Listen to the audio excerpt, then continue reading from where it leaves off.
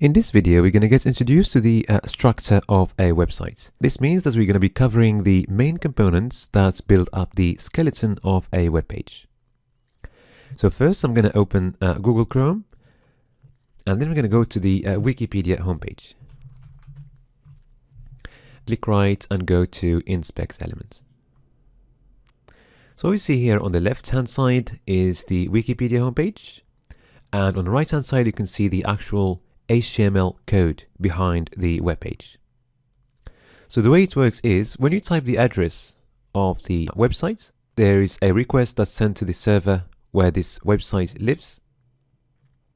And then if the request is successful, it's going to send this HTML code that's going to get downloaded by your computer. And then the web browser, in our case Google Chrome, is going to read this code and then interpret it, and it will render the web page accordingly. Okay, so that's how it works. So now we're going to go through this HTML code line by line and just understand its structure. So first of all, we've got a doc type or document type, which is just telling the browser what document type our web page is. And in our case, it's HTML, which refers to HTML5. There are other document types, but in our course, we're going to work mainly with HTML5, the latest HTML as we're speaking now. Okay? And then moving on to the next line, we've got an HTML element. So if you go through the details here, we've got an open brackets, and then HTML, and we've got a closed brackets there, and in between we've got some other text. So this HTML between two brackets is what we call a tag. Okay? If you go a little bit further, there will be another tag. Okay, HTML between two brackets, that's another tag, but this one has got a / in it. So this first one is what we call an open tag, and the second one is what we call a closed tag. As a general rule, any tag you open like that, you would need to close like that. Okay, and just before the end of the open tag, this text is adding some properties to our tag. As an example, we've got a language property or a language attribute, which is just setting the language to multiple. As you can see, the Wikipedia homepage indeed has got multiple languages in it. Okay, so the HTML element starts there and ends there.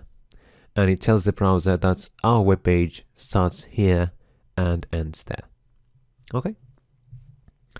All right. So inside the HTML elements, we've got other elements nested in it. And we've got a head element and a body element. So let's start with the head elements. So if we expand it, we can see other elements inside it. Okay. So first of all, you'll notice an open tag and a closed tag. And let's go through the contents of these head elements line by line. So first of all, we've got a comment. Comments are used by developers to make their code more readable. They can be used by yourself or by any other developer to see the structure of the code. Okay.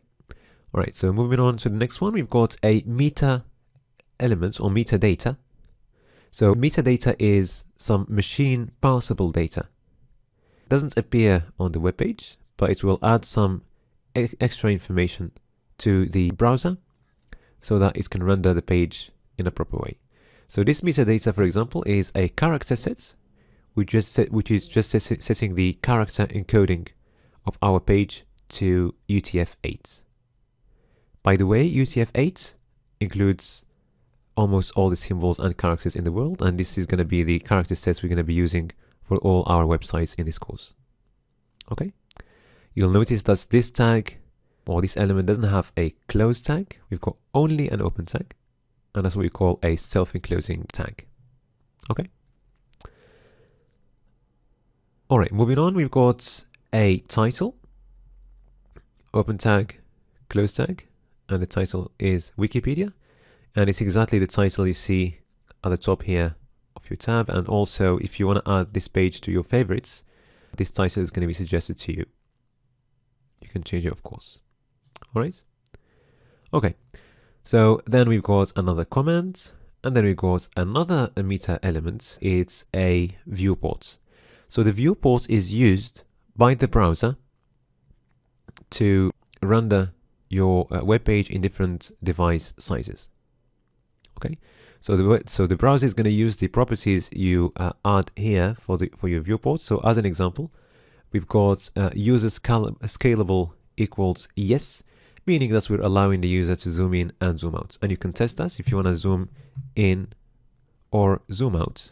You can see that you can do that. Okay. And then we've got link elements after that. So link elements, they are used to link your web page to external resources. So it's allowing the web browser to use these external resources for various purposes. So as an example, this link here, this link element is linking the browser to a style sheet, which is going to be used for decoration purposes. Okay, so it's going to be used to style your page and have the decoration you want for it. Okay, and then we've got a style element, and it's got a type here of text CSS. So if you open it, you will see that we've got some code in it, and this code is just styling your web page as well. Okay, and we're going to cover this in detail in the CSS chapter of this course. Okay, so that's it, and then we've got a comment, and that's it. So that's it for the head elements. So to summarize, the head usually will contain various bits of information which are going to be used by the web browser for different purposes. Styling, for example, adding a title to your page, and so on. And then we move on to the body element. So the body is everything that you see on the page. Everything that appears there is going to be in the body.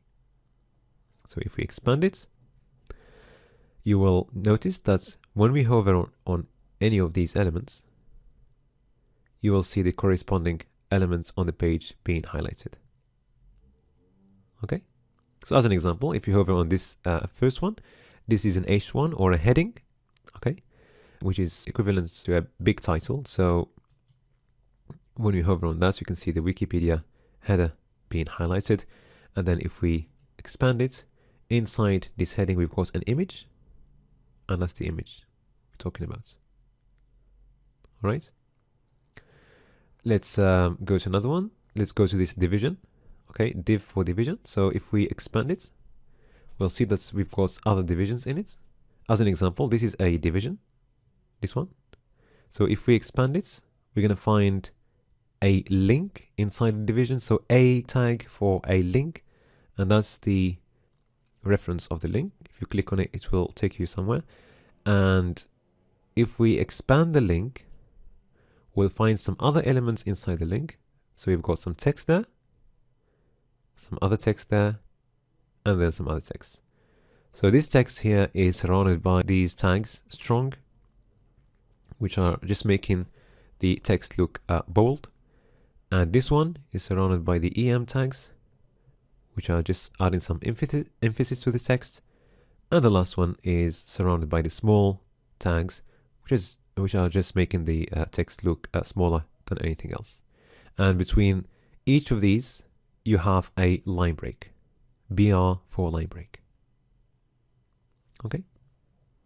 So that's a quick introduction to the structure of a web page. In the next video, we're going to build our very first web page.